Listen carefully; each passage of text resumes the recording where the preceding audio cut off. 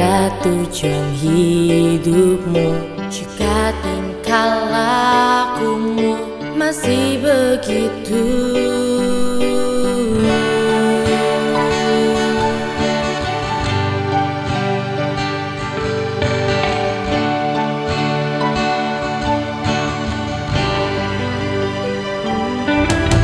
hidup kita ini hanyalah sementara. Jangan sia-siakan kesempatan yang ada. Habiskan semua kesenangan samurai ambisimu untuk menangkan jiwamu.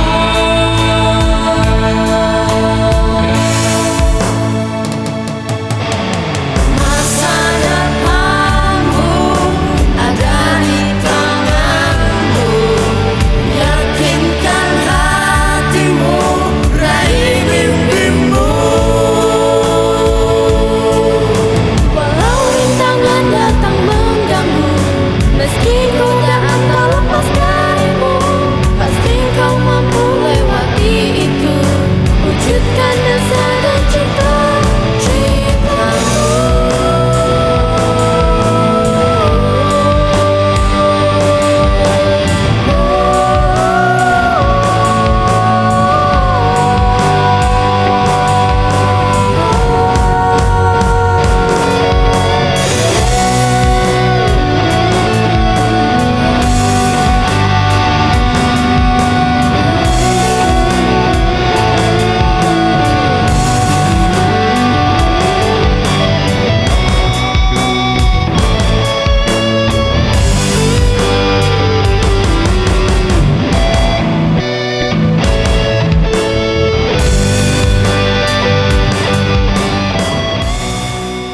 Halo, selamat pagi. Bagaimana kabarnya kalian?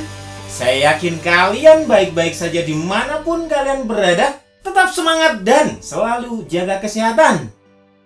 Kita tadi sudah mendengarkan lagu dari kakak kelas kalian, dari band Kopsus ya. Lagu yang cukup menggugah semangat kita tentang masa depan kita ya. Bagaimana kita harus terus memperjuangkan masa depan kita. Baiklah, kita langsung saja ke materinya, yaitu tentang faktor penyebab dan penghambat perubahan sosial budaya. Ada apa saja? Mari kita simak satu persatu ya. Yang pertama, kita mulai dulu dari faktor penyebab perubahan itu sendiri ya. Ada bertambah dan berkurangnya penduduk. Jumlah penduduk suatu kota mengalami peningkatan yang besar karena adanya urbanisasi. Pertambahan ini mempengaruhi jumlah lahan yang ditempati serta berbagai sarana dan prasarana yang dibutuhkan. Maka, terjadilah banyak perubahan sosial budaya di kota tersebut. Dengan banyaknya penduduk desa yang berpindah ke kota, maka menyebabkan banyak lahan yang terbengkalai. Wilayah desa tersebut menjadi kurang berkembang karena banyak tenaga produktif yang pindah ke kota. Sebagai contoh gambarnya ada di situ ya, bisa kalian lihat dan amati dengan baik. Yang kedua yaitu penemuan baru. Ketidakpuasan masyarakat terhadap keadaan serta kesadaran akan kekurangan dalam kehidupan masyarakat membuat mereka terus menggali hal-hal baru yang dapat memuaskan mereka. Keadaan semacam ini kemudian membuat banyak penemuan baru diciptakan atau diperbaharui. Penemuan handphone dan internet adalah sebagian kecil dari penemuan baru atau pembaharuan. Penemuan-penemuan dan pembaharuan tersebut dapat menyebabkan perubahan di bidang komunikasi, interaksi sosial, status sosial, pola pikir, dan tindakan manusia. Kalian bisa lihat ya, contoh smartphone yang sekarang bisa dilipat ya, seperti itu yang terbaru ya. Dan ada juga motor terbang, dan sebentar lagi juga akan ada mobil terbang ya. Kita tunggu saja kehadirannya. Yang ketiga yaitu konflik. Penyebab terjadinya konflik pada dasarnya karena adanya perbedaan baik perbedaan kepentingan, pendapat, kebudayaan antar individu atau antar kelompok, dan konflik tersebut kemudian dapat menyebabkan terjadinya perubahan dalam masyarakat. Perubahan sosial dan konflik adalah dua hal yang saling berkaitan. Ketika dalam masyarakat terjadi perubahan sosial budaya yang cepat, hal ini dapat mengubah nilai-nilai yang ada dalam masyarakat. Contoh konflik seperti yang ada di gambar ya. Yang keempat, terjadinya pemberontakan atau revolusi. Pada dasarnya, pemberontakan terjadi diawali dengan adanya ketidakpuasan sebagian masyarakat terhadap situasi dan kondisi. Adanya revolusi akan membawa perubahan-perubahan yang besar dalam tubuh masyarakat. Misalnya, Revolusi Mei tahun 1998 yang terjadi di Indonesia. Peristiwa ini dimulai dari demonstrasi menuntut turunnya Presiden Soeharto yang telah berkuasa selama 32 tahun. Perubahan besar terjadi di Indonesia setelah Soeharto menyatakan mundur dan reformasi bergulir. Perilaku warga masyarakat menjadi lebih berani mengkritisi cara kerja pemerintah dan sebagainya ya. Karena pada masa pemerintahan Presiden Soeharto sangat jarang sekali ditemukan demo dan kerusuhan-kerusuhan ya.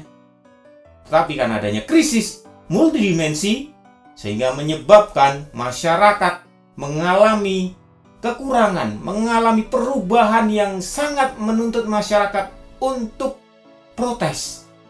Karena mereka kekurangan berbagai macam hal. Kalian bisa pelajari sendiri ya tentang keadaan ini ya. Banyak sumber-sumber yang bisa kalian pelajari. Berikutnya yang kelima, yaitu perubahan lingkungan alam. Perubahan lingkungan alam dapat terjadi karena faktor alam dan faktor manusia. Banjir, lahar panas, gunung meletus, gempa, dan tsunami adalah contoh perubahan lingkungan alam akibat faktor alam. Faktor manusia yang dapat menyebabkan perubahan pada lingkungan alam antara lain penggunaan teknologi dalam mengolah alam, pemanfaatan lingkungan alam secara berlebihan, pembuangan limbah ke lingkungan alam, dan lain sebagainya.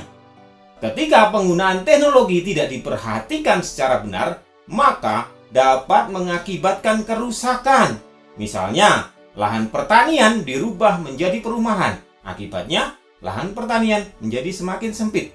Dan bisa kalian bayangkan ya, bahwa kita akan mengalami kekurangan pangan jika hal ini dibiarkan terus-menerus. Saat ini Indonesia sudah mengimpor beras dari luar negeri. Jika ini dibiarkan, maka nanti kita tidak akan memiliki cadangan beras lagi. Yang keenam yaitu peperangan.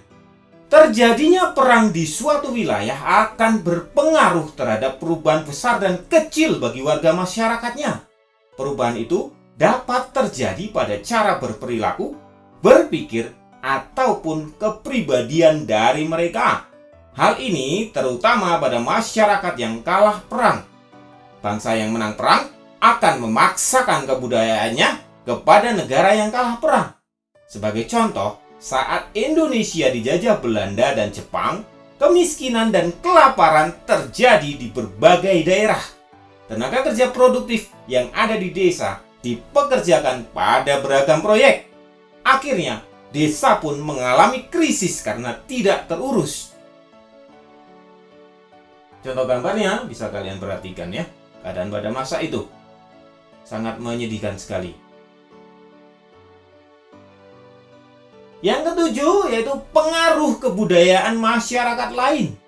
Kebudayaan dalam masyarakat mempunyai kecenderungan untuk saling mempengaruhi. Hubungan yang terjadi dapat menimbulkan pengaruh timbal balik. Kemudian suatu masyarakat dapat mempengaruhi masyarakat lainnya, tetapi juga bisa menerima pengaruh dari masyarakat yang mempengaruhinya. Proses pengaruh kebudayaan lain yang menyebabkan terjadinya perubahan sosial budaya antara lain bisa kita lihat setelah ini ya. Nah, kalian bisa lihat contoh di sini ada gambar baju ya. Awal mula kita sering mengikuti mode tren dari Hollywood. Tapi sekarang bisa kalian lihat ya, artis-artis di sini atau artis Korea mengenakan baju batik dari Indonesia. Itu luar biasa ya. Buat bangsa Indonesia suatu kebanggaan tersendiri bahwa karya kita dipakai di luar negeri atau di dunia bahkan sekarang. Baik, kita lihat sekarang ya proses pengaruh kebudayaan lain. Yang pertama atau A ada difusi, yaitu proses penyebaran unsur baru baik berupa alat, ide atau gagasan dari satu pihak ke pihak lain, dari satu tempat ke tempat lain, dari satu orang ke orang lain, dan dari satu masyarakat ke masyarakat yang lain. Sebagai contoh, di sini bisa kalian perhatikan, dulu orang membajak sawah menggunakan kerbau, kemudian makin lama sekarang berubah ya, menggunakan traktor, bahkan sekarang sudah ada alat lain lagi yang lebih keren lagi. Dan itulah yang namanya difus. Yang B, kita lanjutkan ya, yaitu akulturasi. Terjadi ketika satu kebudayaan tertentu yang dihadapkan dengan unsur-unsur kebudayaan asing, lambat laun unsur kebudayaan asing tersebut melebur dan menyatu ke dalam kebudayaan sendiri, tetapi tidak menghilangkan ciri kebudayaan lama. Sebagai contoh, musik hip hop Jawa, ya. Hip hop berasal dari Amerika, tapi digabungkan dengan Jawa ya, dengan budaya di Jawa, dengan bahasa Jawa. Itu keren sekali. Bisa kalian cari. Bukan hanya di Jawa saja, tapi saya yakin di wilayah yang lain atau provinsi yang lain juga ada ya yang membuat seperti itu.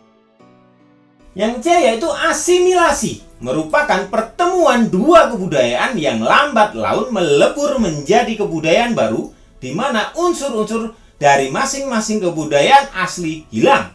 Contohnya seperti pada gambar ya.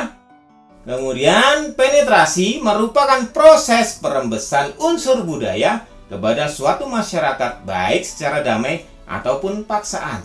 Contohnya yaitu masuknya agama-agama ke Indonesia. Bisa agama Hindu, Buddha, Islam, Kristen, Katolik, dan Konghucu ya. Yang E yaitu invasi, yaitu masuknya unsur-unsur kebudayaan asing ke dalam kebudayaan setempat dengan peperangan bangsa asing terhadap bangsa lain.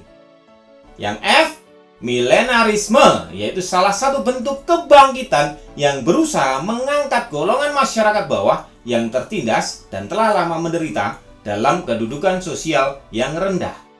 Jadi contoh, di situ ada gambarnya, yaitu masuknya listrik ya ke suatu desa ya. Berikutnya adalah faktor penghambat perubahan sosial budaya. Yang pertama yaitu kehidupan masyarakat terasing. Kehidupan masyarakat terasing atau terisolasi menyebabkan mereka tidak mengetahui perkembangan yang terjadi pada masyarakat lain, sehingga mereka sulit untuk berkembang dan memperkaya budayanya. Akibatnya, perubahan sosial budaya dalam masyarakat tersebut menjadi sulit terjadi. Contohnya seperti itu ya. Dari gambar bisa kalian perhatikan dengan baik. Yang kedua, perkembangan ilmu pengetahuan yang terlambat. Apabila ilmu pengetahuan dalam masyarakat lambat, maka perubahan sosial akan berjalan dengan lambat. Berkembangnya ilmu pengetahuan juga dapat dilihat dari maju tidaknya pendidikan dalam masyarakat itu. Ada juga daerah yang memang terisolir, terasing, terpencil, dan jauh dari masyarakat lain, sehingga sulit untuk mendapatkan ilmu pengetahuan. Bisa kalian bayangkan ya, jika keadaannya seperti itu, untuk pergi ke sekolah saja jembatannya rusak ya. Dan fasilitas yang ada juga sangat memprihatinkan.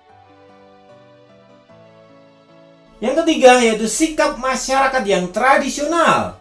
Masyarakat tradisional adalah suatu masyarakat yang memelihara, menjaga, dan mempertahankan tradisi, adat istiadat, sistem nilai, sistem norma, dan bahkan sistem kebudayaan yang diwariskan oleh generasi pendahulunya. Kehidupan masyarakat yang masih tradisional semacam ini dapat menghambat perubahan sosial budaya dalam masyarakat mereka. Namun, ini adalah pilihan hidup bagi masyarakat tersebut sehingga tidak boleh dipersalahkan. Sebagai contoh yaitu masyarakat Baduy Dalam tidak ada teknologi, kendaraan, dan alat elektronik yang mereka pergunakan karena dianggap hanya akan merusak alam. Yang keempat yaitu adanya prasangka terhadap hal-hal baru atau asing. Ada masyarakat yang memang menanamkan sikap kepada warganya bahwa sesuatu yang berasal dari luar masyarakat hanya akan merusak alam dan kehidupan mereka. Hal inilah yang kemudian membuat suatu masyarakat tidak mengalami perubahan sosial budaya. Yang kelima yaitu adat istiadat atau kebiasaan. Adat biasanya bersumber dari nilai tradisional yang telah mengakar pada kehidupan suatu masyarakat. Adat istiadat telah mereka nikmati sebagai bagian dari kehidupan mereka. Selanjutnya, ketika ada hal baru yang akan menggantikan adat lama mereka, belum tentu akan diterima begitu saja oleh masyarakat. Adat dan cara yang sulit untuk tergantikan, misalnya mengenai bidang kepercayaan, sistem mata pencaharian, cara berpakaian, pembuatan rumah, upacara adat, dan lain sebagainya. Baik, demikian materi kita kali ini. Apakah kalian sudah mengerti? Jika belum, silakan ditonton kembali, diputar kembali, dan dipahami ya materi kali ini. Jika sudah, silakan untuk tonton, komen, like, share. Dan satu lagi, subscribe channel ini. Karena dengan kalian mensubscribe channel ini adalah bentuk dukungan terhadap channel ini untuk terus mengembangkan channel ini dalam menghadirkan materi-materi pembelajaran IPS untuk kalian. Dan satu lagi, kunjungi juga ya channel tadi atau lagu tadi, karena lagu itu sangat bagus ya, bisa memberikan kita semangat untuk meraih masa depan kita.